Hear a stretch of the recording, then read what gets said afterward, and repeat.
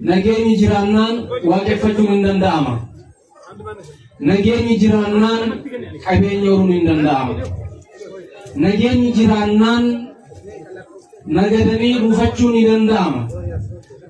Nageenyi jiraannaan mana qulqullummaa keessa dhufnee asraat baburaatii keenya kennachuun hin danda'ama. Hunda kan caalu nageenya. Abbaan nageenyaa immoo gooftaa keenya Iyesuus Kiristoos waan ta'eef hunda keenyaafuu nageenya nuuf haa kennu.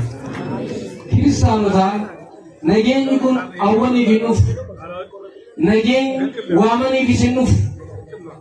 Nageenyi kan qaama tokko qofaa miti. Tarii kan mootummaa mirkaneessu qofaa miti.